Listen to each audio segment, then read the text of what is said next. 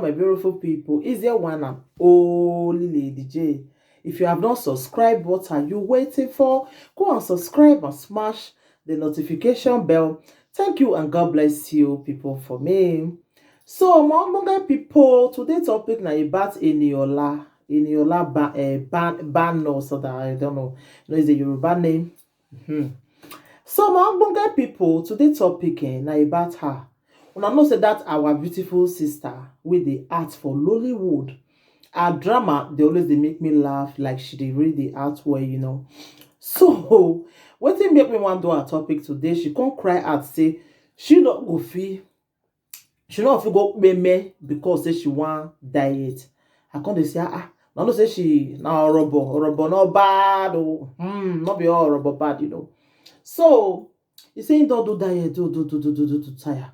She want meme because of diet. She not go fit again. He say people see they watch her film even when she see fats like this. So people still love her. Make dem leave her oh, she not go fit go meme. Okay, if you see comment for a video, go and diet, go and do this, go and diet. He said they want finish her with comment. They some insult her, some go tell her say go and diet oh, you too fat oh, you too do this oh, you know. Now those commenters now they cause the problem. Now he say nah, she don't take medicine tire make she calm down, she don't take many things, do diet tire. I say not go fit go baby herself again. She even dey sick right now. Say because of all those diet things wey she dey go dey take, say no go fit go baby herself. So I just want to use this medium to advise our people, our orobo people. My dear people, now fat, you not keep person. That is number one. Number two, you do diet, do, you not come down. Not maybe yourself. You so for me, you just the most important thing be say me you just dey healthy. Now dey important. You don't fit meme yourself because say you fat oh. No, you don't fit meme yourself. You understand?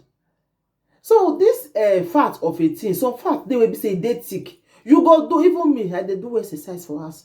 Sometimes I go even tire. Because it's not easy. So just appreciate yourself, love yourself. And they see some people because they're fat, they're not the one like they want just live their self like that, or because they're fat, they're not the one appreciate their self again, you know. They surprise. Appreciate yourself. Just know the right things to wear good things. Like they not tell you say who fat not fine again. Because this diet of it, now don't want use that like the only slim people could just they evoke. No, not be all men still like slim people. Not be all men. Some see they still like it fat. I know of one man. If get not fat like this, or kibo, you know they carry you. You know they carry. If you slim, not just go away at all. You know they carry. So you see everybody choice. See they different. That's why we see some people for Facebook, they'll say that's what this guy married fat woman. Now what he just like na choice. He love him. The sweetness where they are when in the see there, you know they see him. That is why you dey feel say the woman too fat for him. You understand me? So let's just like take this easy to ourselves. Not because say you want to that you go to take all the concussion wey dey this world. No, not go to take am o. May you just like maybe wetin you go dey eat, you see the if you know say you dey eat all those things wey get fat well, you see the limit some. Not be say you want compliment yourself because say you fat. Now you start down. Eniola, you know if you go kill yourself oh, abeg, we love you. Even when you fat, we still love you. Not go compliment yourself because you fat oh. Not go compliment yourself at all. Abeg, you know what am. Not go compliment yourself. Take it easy to yourself. Take it easy, You understand? So now the matter when I say I can't tell you now. More na they take things easy. More na not go more na say because una fat oh. Una say in your nana, you say no go fit go die oh. He don't diet oh. He don't diet tire oh. Slim, he no gracefully. He say comment, people go to insult her.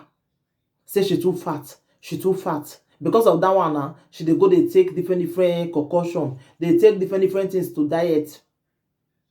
So make we learn to dey like dey, make we no dey mind, make we dey ignore some comment. No dey mind all those comments wey people dey put because say you fat o. No dey mind them o.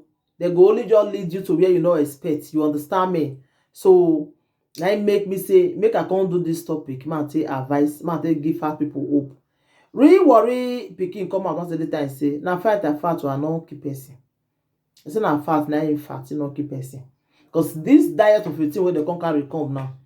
Wey be say before you waka come here na diet, come and buy your bed, come tie your belle. Woman wey never born pikin go begin dey take a different concoction for body all because say e wan born.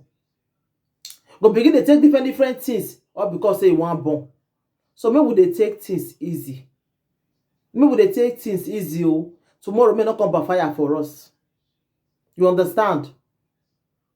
Make we not go dey take different things. Tomorrow now you wan born pikin now, pikin no go come again. You go come dey give wish, dey give this. You no know say na wetin you use your hand take cause for your body. Or because you wan slim down. Some go dey buy different things wey they no know, they pack am for body, they drink. Tomorrow now if they wan born pikin, you come a problem. So don't take different things up because you wan born o. No go dey take all those concoction, different things for body. Exercise na be the best. Do the one wey you fit do. No be say you wan payment yourself because of exercise o. Do the one wey you fit do. The one wey you fit do na you go do. No go because of commenters. Wan go payment yourself like Eniola now, wey don dey sick now because say you wan go do a diet. No go payment yourself o. Now say man come tell you na my ogbonge people. Make we appreciate wetin God give us. Appreciate your own self first. Appreciate yourself first before you let people go come dey tell you say na so you too fat, na so you do this. E no concern them. No be them be the husband wey put you for house. You understand? So my ogbonge people, na the matter wey dey ground na be this one. So more na me contribute to. If una disagree with me, you still have your right to comment. So just comment according to the topic. Thank you everybody. Take care till I come your way next time again. I remain your one and only Lady J. If you have not subscribed, what are you waiting for?